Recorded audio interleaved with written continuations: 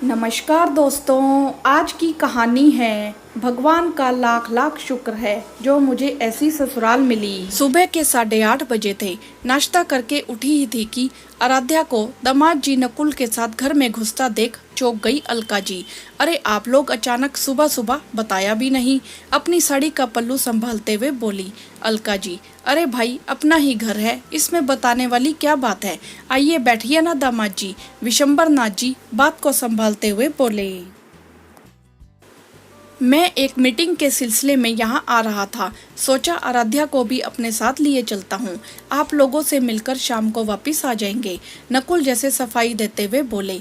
अलका जी जल्दी में रसोई में जाकर अपनी बहू से बोली। निशा, दामाद जी और आराध्या आए हैं, जल्दी से चाय नाश्ते का इंतजाम करो और हाँ, वह नई वाली क्रोकरी भी निकाल लेना।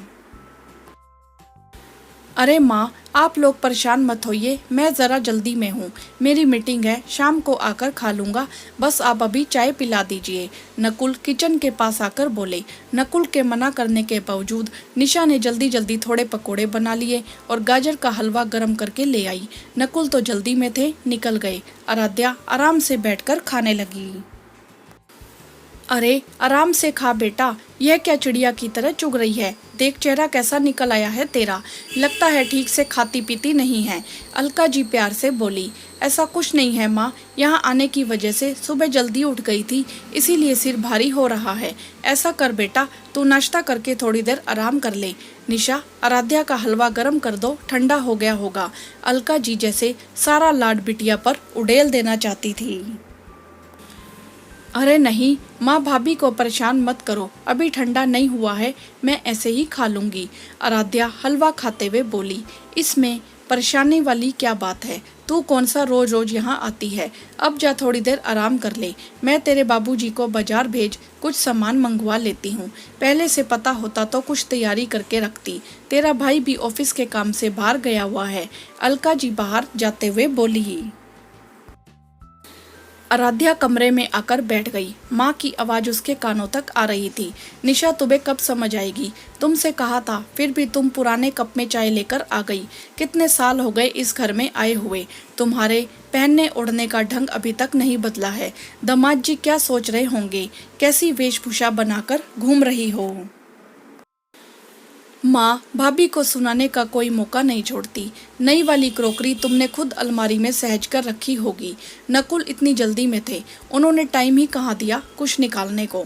और सुबह सुबह अपने घर में सब ऐसी हालत में ही होते हैं, कौन सुबह सुबह मेकअप करके बैठता है।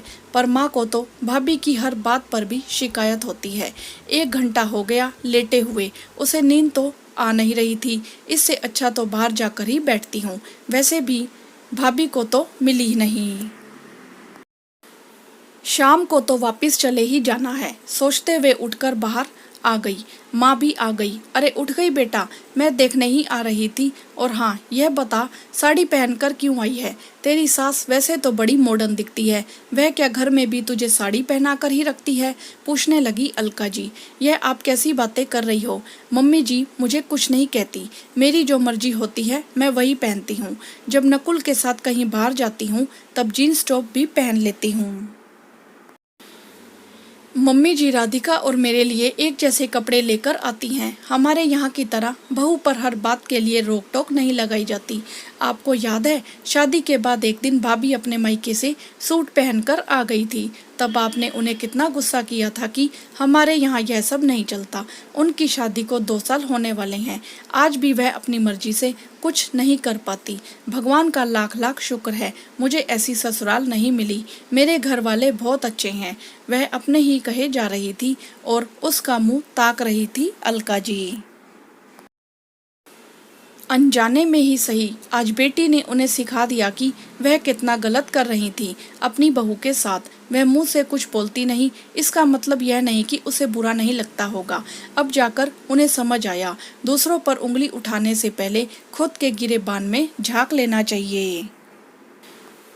और अभी भी कुछ नहीं बिगड़ा, अपनी गलती सुधार लो। मन में उथल पुथल चल ही रही थी कि देखा सामने निशा खड़ी पूछ रही है, माँ दोपहर के खाने में क्या बना लूं।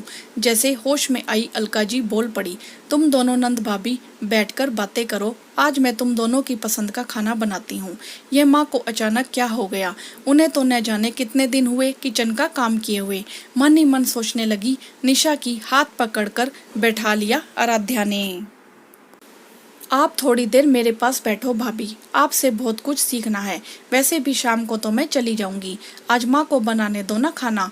बड़े प्यार से खाना बनाकर आराध्या के साथ निशा को भी खिला रही थी आज अलका जी, और मन ही मन नंद भाभी के प्यार को देखकर खुश भी हो रही थी।